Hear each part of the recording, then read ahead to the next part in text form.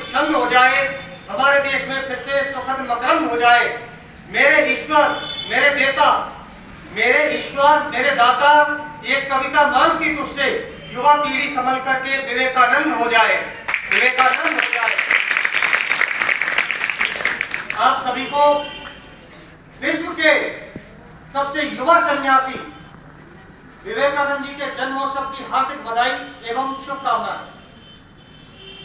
सम्मानीय प्रधानाचार्य मैम, समस्त स्टाफ साथी और मेरे प्यारे बच्चे, हमारा भारत देश जिसके उत्तर में हिमालय और दक्षिण में समुद्र है, यहाँ रहने वाले हम सभी भारतवासी भारतीय हैं। आज 12 जनवरी के जन्मोत्सव के दिन मैं शिकागो की जो धर्म संसद थी, विश्व धर्म संसद थी, उसके विषय में जो विवेकानंद जी के विचार थे उनको रखना चाहूंगा।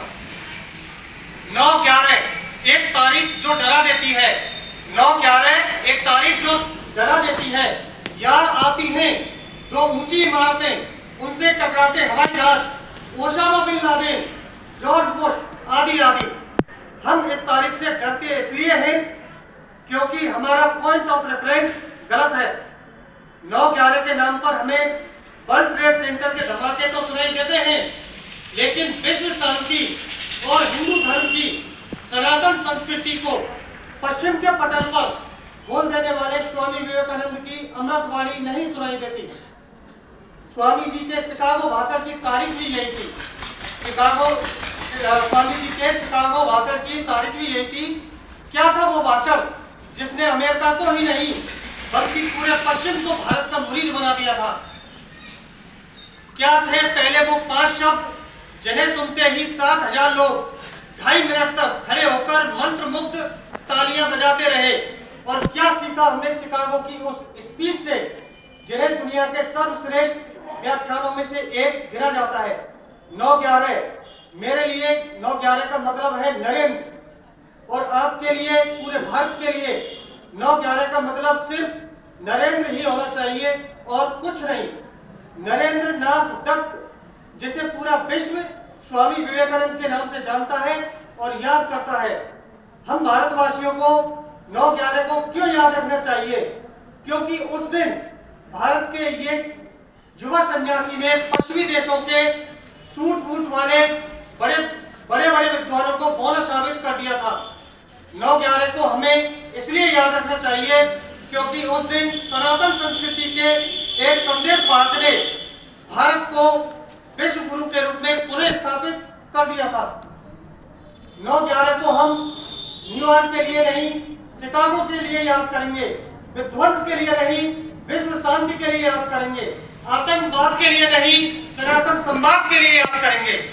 आज के बाद हम 9/11 को लादेन के लिए नहीं, नरेंद्र के लिए याद करेंगे। आइए ले चलता हूं आपको फ्लैशबैक में 133 साल पहले। स्थान शिकागो, तारीख 11 सितंबर 1893। अवसर विश्व धर्म संसद। पात्र पूरी दुनिया से आए हुए अलग अलग धर्मों के प्रतिनिधि और भारत का एक युवा तपस्वी स्वामी विवेकानंद। मौका तो था धर्म पर विचार विमर्श का, लेकिन दूसरों को छोटा और खुद को बड़ा समझने वाली पश्चिमी संस्कृति सैकड़ों विद्वानों के बीच बैठे हुए विवेकानंद का मजाक उड़ा रही थी। उनके कपड़े सूट बूट वाले विद्वानों से मेल नहीं खा रहे थे, कद काठी भी कोई खास नहीं थी। उनके मस्तिष्क पर ज्ञान का तेज तो था, लेकिन अहंकार नहीं। भारत को तीसरी दुनिया मानने वाले, सपेरों का देश कहने वाले मनी मन स्वामी जी पर हंस रहे थे। बड़ी बड़ी बातें करता है भारत, विश्व की प्राचीन सभ्यता कहता है खुद को। बात बात पर उपनिषद और वेद खोल के बैठ जाता है, लेकिन जहां बात मुकाबले की आई, पीछे हट गया। एक लकड़ी का सिपाही जंग लड़ने भेज दिया।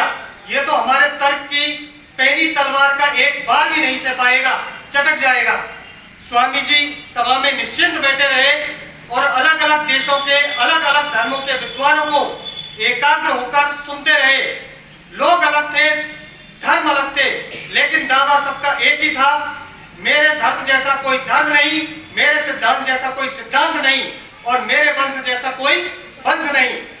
थोड़ी देर बाद विश्व धर्म संसद में स्वामी विवेकानंद का नाम पुकारा गया और वो अपनी जगह से उठकर मंच की ओर बढ़ने लगे। तब स्वामी विवेकानंद की उम्र थी सिर्फ 30 साल, सिर्फ 30 साल। 30 वर्ष का ज्योतिपुंज था, 30 वर्ष का ज्योतिपुंज था, ज्ञान पुष्प का सुरंग कुंज था। मस्तिष्क पर अरुणिम वो रेखा, चकित रह गया जिसने भी देखा। शब्द चक्र सुदर्शन धारी था वो, देवदूत अवतारी था वो। स्वामी जी मंच की ओर अकेले चलकर नहीं आए, उनके साथ भारत की सनातन संस्कृति और लाखों वर्षों का इतिहास भी मंच तक आ पहुंचा। अब पूरा विश्व सुनना चाहता था कि भारत क्या कहेगा। जहां इतने बड़े बड़े धर्म योद्धा बोल चुके हैं, वहां ये भगवाधारी लड़का सनातनी धर्म की श्रेष्ठता कैसे सिद्ध करेगा। स्वामी विवेकानंद जी माइक तक तो पहुंचे, लेकिन कुछ बोले नहीं। लोगों की उत्सुकता बढ़ने लगी, सभा में हलचल सी मच गई कि स्वामी जी कुछ कह क्यों नहीं रहे।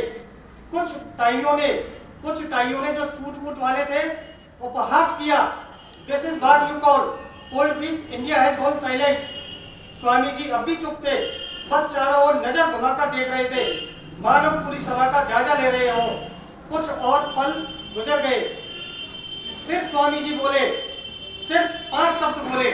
फिर उन्हीं 5 शब्दों ने आने वाले 500 वर्षों के लिए पश्चिम की धरती पर सनातन सभ्यता का झंडा गाड़ दिया। वो 5 शब्द सुनने वालों की छाती पर ऐसे गड़ गए कि 60,000 लोग खड़े होकर तालियां बजाने लगे। वो 5 शब्द पूरी दुनिया के लिए विश्व बंधुत्व का संदेश बनकर गूंज उठे और आज तक गूंज रहे हैं। शिकागो की धर्म संसद में स्वामी विवेकानंद के पहले 5 शब्द थे, sisters and brothers of America, America के भाइयों और बहनों। 7,000 लोग मंत्रमुग्ध रह गए, जैसे कोई जादू देख लिया हो, जैसे ईश्वर की आवाज सुन ली हो, जैसे कोई आकाशवाणी हो गई हो। 2 मिनट तक तालियां बजती रहीं, जबकि अभी तक तो स्वामी विवेकानंद ने कुछ कहा ही नहीं था। अब कहने वाले थे ये 5 शब्द इतने मर्म स्पर्शी, इतने अविस्मरणीय इसलिए हो गए क्योंकि ये सब किसी व्यक्ति के मुख से नहीं, सनातन धर्म की मूल संस्कृति से उपजे थे। अयम निजय परोवेति गणना लघु चेतसाम उदार चरितानाम तु वसुधैव कुटुम्बकम, महाउपनिषद अध्याय 4 श्लोक संख्या 71। ये अपना भाई है, ये अपना भाई नहीं है, ऐसी गणना छोटे हृदय वाले करते हैं। उदार हृदय वालों के लिए, बड़े हृदय वालों के लिए संपूर्ण धरती ही उनका परिवार है। देश की सीमाओं से बाहर न झांकने वाले, एक दायरे से बाहर सबको पराया समझने वाले पश्चिमी समाज को स्वामी जी के 5 शब्द एक कल्चरल शॉक की तरह झकझोर गए। उन्हें विश्वास ही नहीं हुआ, हजारों मील दूर से आया हुआ एक व्यक्ति जिससे ना तो रक्त का संबंध है, ना संस्कार का, ना भाषा का, ना भाव का, कैसे वो उनके भाई और बहन के संबोधन से पुकार सकता है। यही तो वो रहस्य है जिसे दुनिया के बड़े बड़े बुद्धिजीवी भी आज तक नहीं समझ पाए कि कैसे हम भारतवासी पराये को अपना बना लेते हैं, मनुष्य मात्र में भेदभाव नहीं करते, चमड़ी के रंग से किसी को छोटा या बड़ा नहीं समझते, और कैसे हमारे यहाँ ब्लैक लिव्स मैटर वाले प्ले कार्ड दिखाकर इंसानी जिंदगी की कीमत याद नहीं दिलानी पड़ती। वसुधैव कुटुम्बकम हमारी संस्कृति थी और संस्कृति रहनी चाहिए। हमें पश्चिम वाले तीसरी दुनिया कहते रहे, उनकी मर्जी। हमारे लिए तो दुनिया दूसरी या तीसरी नहीं होती, सिर्फ एक होती है। उसमें सब सिमट आते हैं, गोरे काले, छोटे बड़े, गरीब अमीर, पशु पक्षी, पेड़ पौधे, नदियां सागर सभी। काले गोरे का भेद नहीं, हर दिल से हमारा नाता है। कुछ और न आता हो हमको, हमें प्यार निभाना आता है। जीते हो किसी ने देश तो क्या, हमने तो दिलों को जीता है। जहाँ राम अभी तक है नर में, जहाँ राम अभी तक है नर में, नारी में अभी तक सीता है। इतनी ममता नदियों को भी जहाँ माता कह के बुलाते हैं, इतना आदर इंसान तो क्या, यहाँ पत्थर भी पूजे जाते हैं। इस धरती पर मैंने जन्म लिया, ये सोच के मैं इतराता हूँ, भारत का रहने वाला हूँ, भारत की बात सुनाता हूँ। उन 5 शब्दों के बाद स्वामी जी धारा प्रवाह हो गए। जो अगली बात कही वो क्या थी, मैं स्वामी जी को कोट करना चाहूंगा। It fills my heart with joy unspeakable to write and response to the warm cordial welcome which you have given us. आपने जिस प्यार और अपनेपन से हमारा स्वागत किया उसके लिए मैं आपका आभारी हूँ। स्वामी जी विश्व धर्म संसद में शामिल होने के लिए 1.5 माह पहले अमेरिका चले गए थे और अमेरिका में उनका उसी अंदाज में स्वागत किया गया जो वो अश्वेत लोगों के साथ करते थे। You black get out. 1.5 माह तक स्वामी जी बस यही सुनते रहे, यू ब्लैक गेट आउट। लेकिन स्वामी जी ने अपने अंदर कोई कड़वाहट नहीं भरने दी। मैंने आपको बताया था कि स्वामी जी अकेले मंच पर नहीं आए थे, उनके साथ भारत की सनातन संस्कृति और लाखों वर्षों का इतिहास भी आया था। और भारत की संस्कृति विश्व के अमृतदान करने वाली संस्कृति है। हम महादेव शिव के वंशज हैं, जहर पीते ही उगलते नहीं।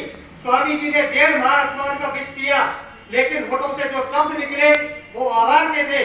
उस एक पल में स्वामी जी आदिदेव नीलकंठ हो गए थे। हमें यही सीखना है कि कैसे दुनिया की कालिक हमारी आत्मा पर चढ़ने न पाए। बुराई का जवाब बुराई से देना हमारी सनातन संस्कृति की परंपरा नहीं है। स्वामी जी ने आगे कहा, I am proud to be a follower of that great religion which has taught the whole world tolerance and universal acceptance. मुझे गर्व है कि मैं उस महान धर्म का अनुगामी हूँ जिसने पूरी दुनिया को सहनशीलता और स्वीकार भाव सिखाया है। स्वामी जी जिस सनातन धर्म की बात कर रहे थे, आज उसी पर इनटॉलरेंस का आरोप लगाया जाता है, बगैर ये सोचे कि दूसरे धर्म का आदर एक हिंदू अपने डीएनए में लेके पैदा होता है। 8000 साल पहले ऋग्वेद में हमारे मुनियों ने घोषणा कर दी थी, एकम सद विप्रा बहुधा वदन्ति, यानी सत्य एक है, लेकिन विद्वान अपनी अपनी सोच, अपनी अपनी समझ के अनुसार उसकी अलग अलग परिभाषाएं, अलग अलग विचारधाराएं देते रहते हैं। यह है यूनिवर्सल एक्सेप्टेंस। मेरा धर्म भी सही है और आपका भी, मेरा धर्म भी सही है और आपका भी, मेरा रास्ता भी सही है और आपका भी। मेरे सही होने के लिए आपका गलत होना जरूरी नहीं है। मंत्रालय जाने को घर से चलता है पीने वाला, किस पद से जाऊं असमंजस में है वो भोला वाला। अलग अलग पद बतलाते सब, पर मैं ये बतलाता हूँ, राह पकड़ तू एक चला चल, तय जाएगा मधुशाला। दुनिया के सभी रास्ते एक ही गंतव्य की ओर जा रहे हैं, फिर इस बात पर क्यों झगड़ना कि मेरे और तुम्हारे रास्ते अलग अलग क्यों हैं। धन्यवाद।